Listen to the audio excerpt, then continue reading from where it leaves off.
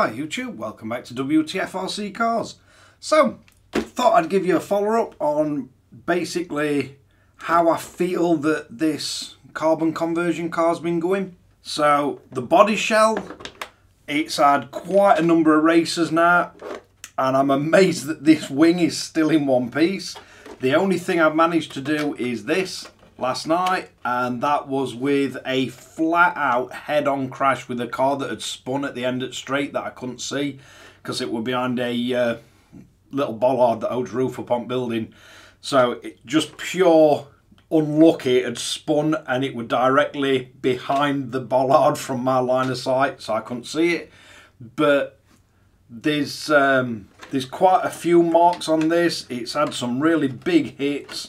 And yeah, for such a cheap body shell, they're fantastic. As for the RC itself, if I can find it, I'll post the results up somewhere around here. But managed to get into B final with it, and this is still running the completely stock sports tune motor. So we've got that in it. Really can't fault the way it drives. And I've tried this with both the Tamiya batteries, so the Tamiya LiPo packs, and then all I've done is moved these back to the slightly larger position, and I've been running the big 8000 and 8400 milliamp hour race packs that I've got. Doesn't seem to affect the handling at all. The Schumacher contact tyres seem to be lasting pretty well on it. It is starting to sort of rip them up on edges, but that means it's got grip.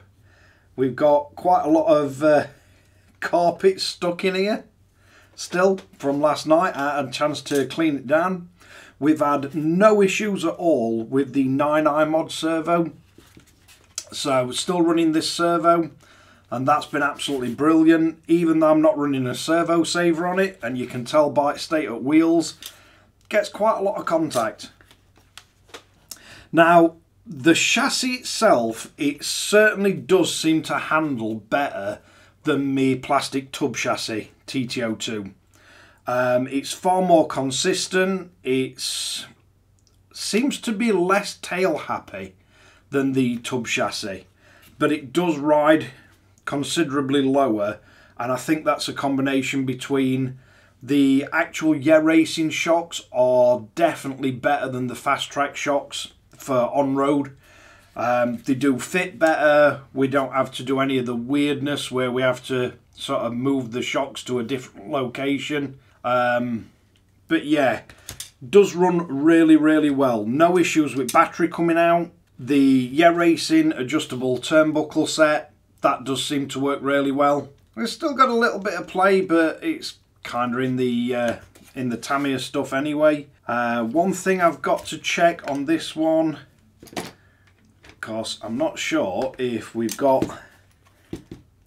I think that's coming loose. Certainly looks a little bit loose. Yep.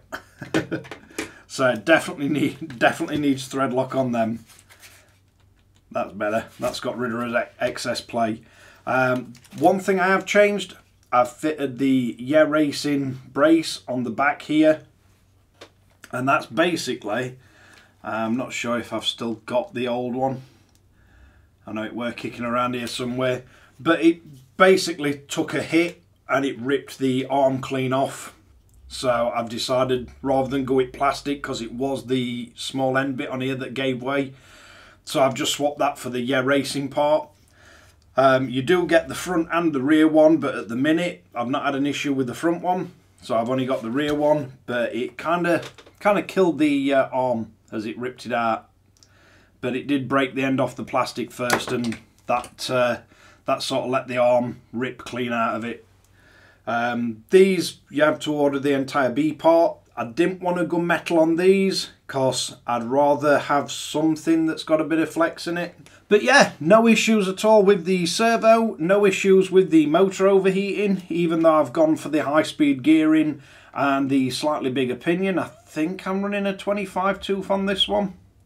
Pretty sure that's what we had kicking about. there's not really anything I'd want to change on this. I've been advised by one of the guys to stand the rear shocks up. That should make it a little bit less tail happy. But it did. I did manage to get into the B final and won that on one of the races. And then last night I managed to get into A final. Come fourth out of 4. But they were quicker cars. And I think the 2 cars that won were TA-05s.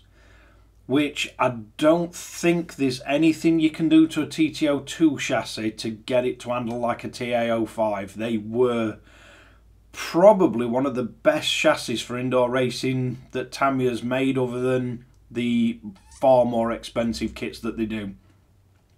But definitely really like this car. It's a lot of fun. It drives really, really nice, and really loving the body shell. As normal, I've been running it with the FlySky Noble Pro on the new firmware, which should be released, I think, maybe this week, version 3 of the firmware. So look out for a lot of videos coming on the new FlySky Noble Pro firmware update.